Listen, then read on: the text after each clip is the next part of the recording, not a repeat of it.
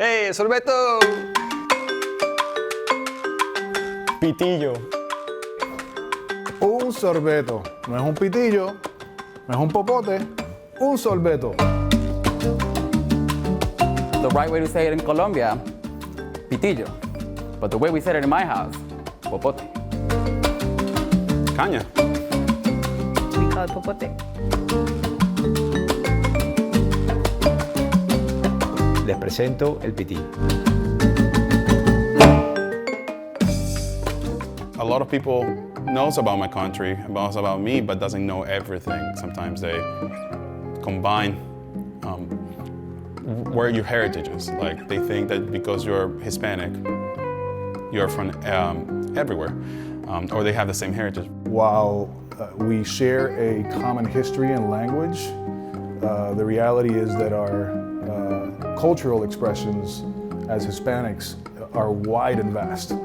We do have our own cultures, we do have our own traditions, but I think ultimately we do have that big connection to where we came from. That's something that we are proud to show, is like, I am Hispanic heritage. It's not that something we want to hide, it's something we want to highlight.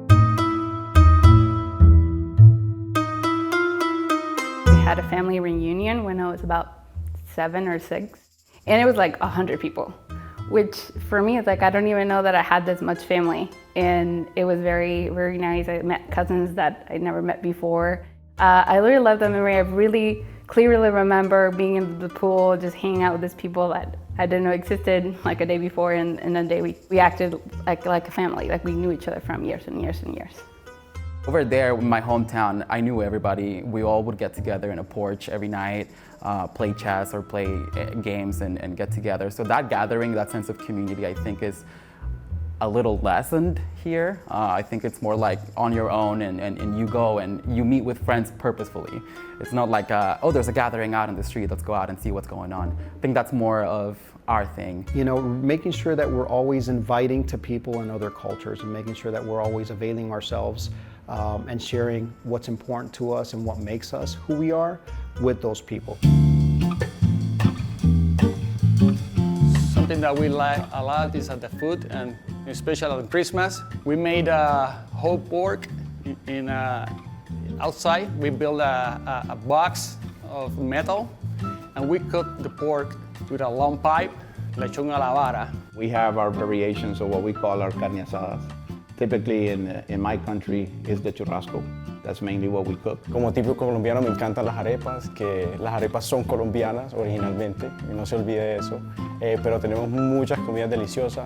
In our state, the carne asada is just meat, and then you get some sausage, and then you get we don't use corn tortillas, we use flour tortillas more than everything else because we don't have a lot of corn production where I'm from, so it's a lot of more wheat. I'm super proud of my Peruvian food. It's not well known, and little by little has grown, but we have things like lomo saltado, that is the most common. We have jalea, that is kind of like a mix of a calamari with fried stuff. We are proud to also say that we are the starters of ceviche, even though a lot of people from other countries say, but it's proven that Peruvians created ceviche. Rhythm is definitely something that I carry with me. It's time, right? It's motion, it's music. You know, I carry it very closely, particularly because my family is also a family of musicians. En Colombia todo el mundo va a bailar salsa, merengue, el reggaetón es bien grande. Medellín ahora es casi la capital del mundo sacando reggaetoneros. My wife painted this beautiful portrait of a folkloric dancer from Puerto Rico. She's dancing bomba y plena, which comes from our African roots.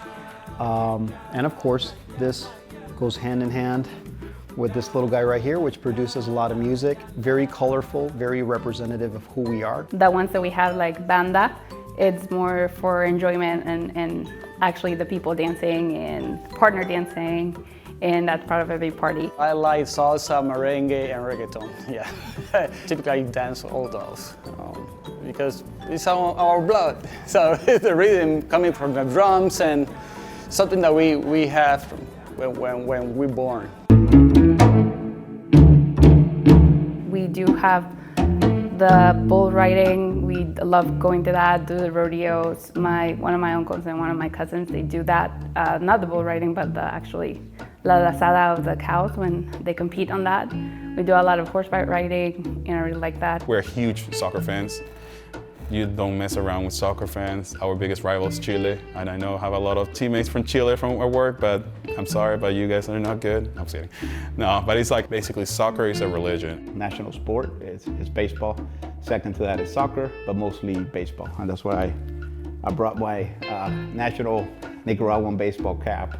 That's something that's in my heart as well. My dad played baseball. I played baseball through high school. And then my son plays heavily. Tengo dos hijos, dos varones, 13 y 10 años, y hemos encontrado a través del béisbol, que a través del béisbol ellos vean jugadores, atletas que se destacan. Miguel Cabrera, que acaba de batear, my man, 500 honrones hace recientemente. Acuña, que juega para los Bravos. Cómo inculcamos esas raíces, cómo ese sentido de orgullo de ver la tricolor. Y bueno, el béisbol ha sido una de las maneras. Early on, everything was around being a proud Puerto Rican and being able to represent our culture in every regard, whether it was in sports or music. I have 2 kids and I focus a lot of attention on building that very same pride in everything that they do. When they go to school, when they get up in the morning, etc., and just constantly talk to them about the importance of representing, the importance of living the Puerto Rican heritage on a day-to-day basis. I think the language is one thing that you are proud of speaking another language, and I think passing on that to my child, and I'm pretty proud to say that he only speaks Spanish and he's 2. It's important for him to know where he's from, where his parents are from, where his grandparents are from. Definitivamente en casa solo hablamos español, sabiendo la importancia que eso tiene para futuras oportunidades de que puedan hablar más de un idioma. Para nosotros es importantísimo, mi esposa es venezolana también, como la había mencionado.